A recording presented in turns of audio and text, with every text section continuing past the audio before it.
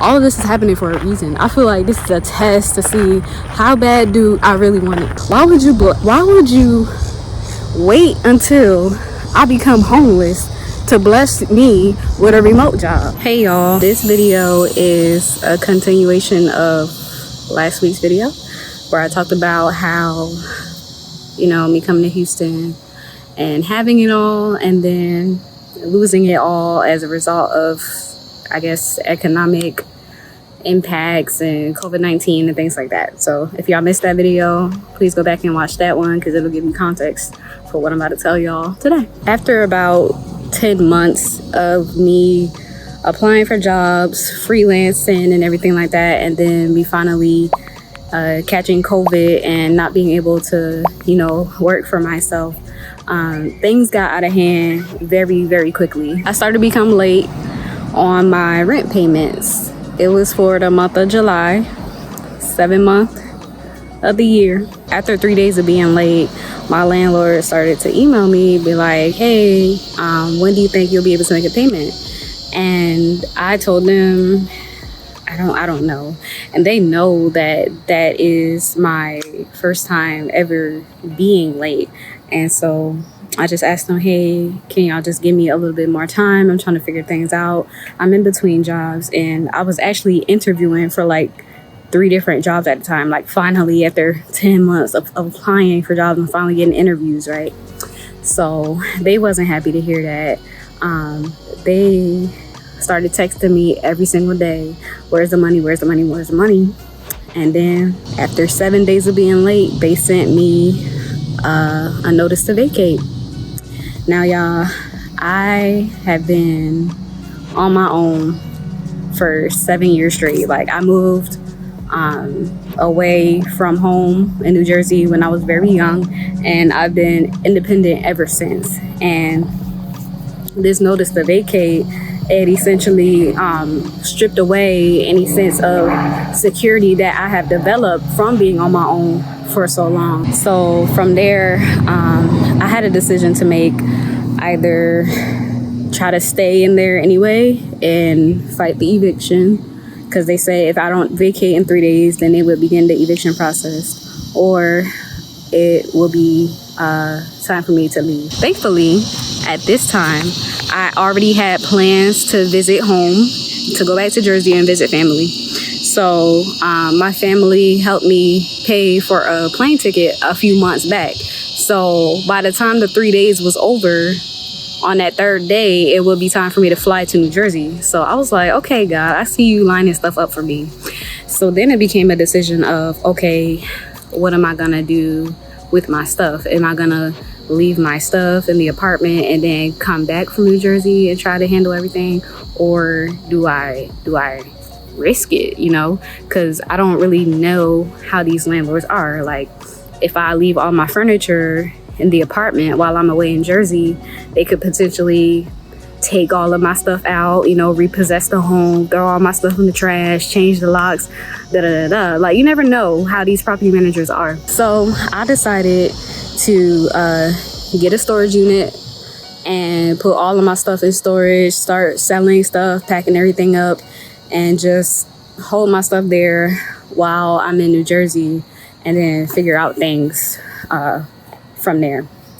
So that's what I did. On the 3rd day, I left the keys in the apartment and I let them know, hey, I'm vacating.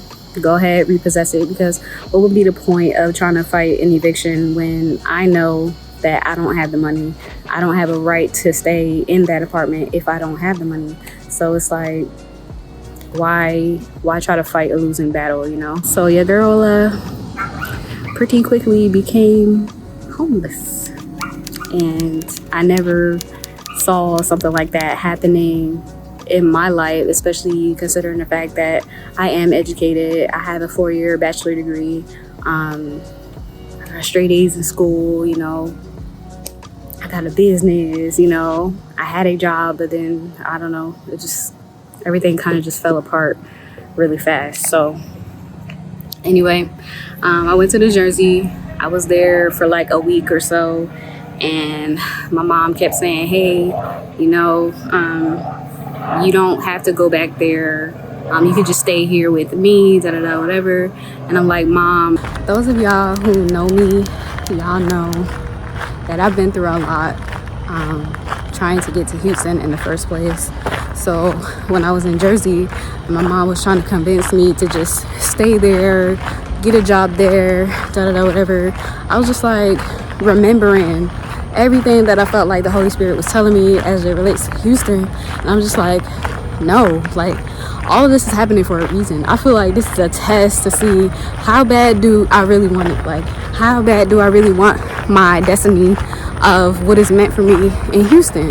Like, is any little thing gonna throw me off the path? And this is not really a little thing, y'all. Homelessness, this is something else. Like, I just never, not once in my life, ever thought that this would happen to me as a result of coming here. But I'm gonna see what the Lord gonna do.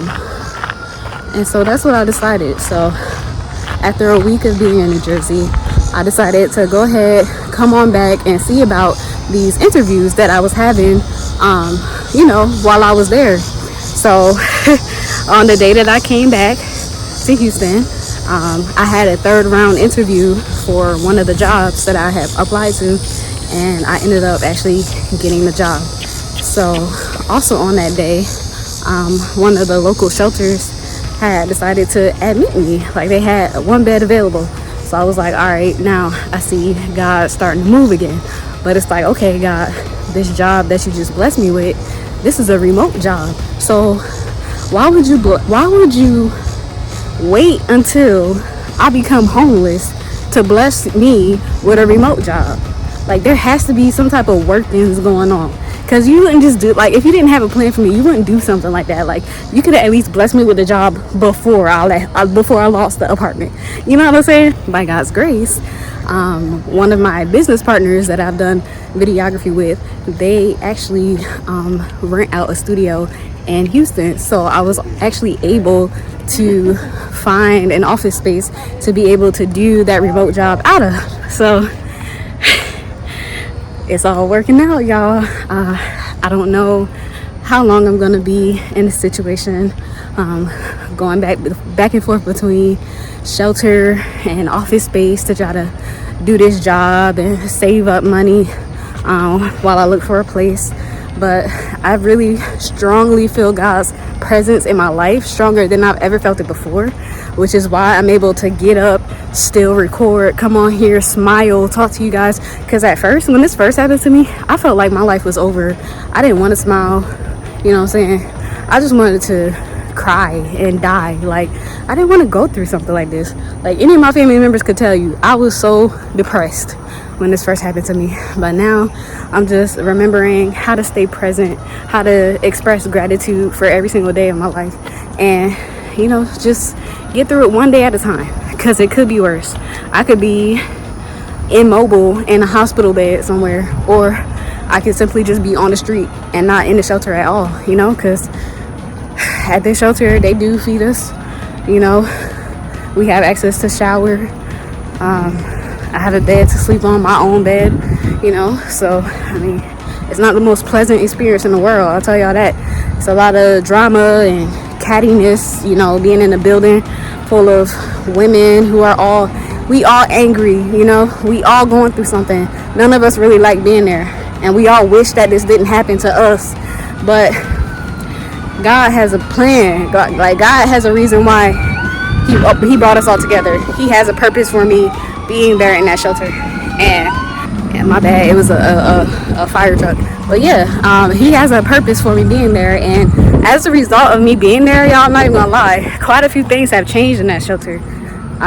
So I can already see God moving in my life and also in the lives of people around me. And that has been a blessing in and of itself that has made me all the more grateful.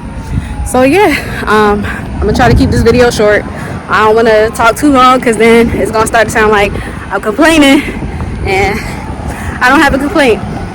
I'm just out here still trying to enjoy Houston, still envisioning what God's plan is for my life here. And yeah, that's it. So I will see y'all again next time.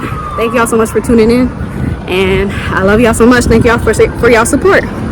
right, see y'all next time. The people at the shelter just forget that we are humans and we have needs outside of the shelter too. Y'all not about to institutionalize me and make me feel penalized and wrong for wanting to go. Like, just because I have a job doesn't mean that I have all this money in my account to just go. You know what I'm saying? It's gonna take some time for me to save.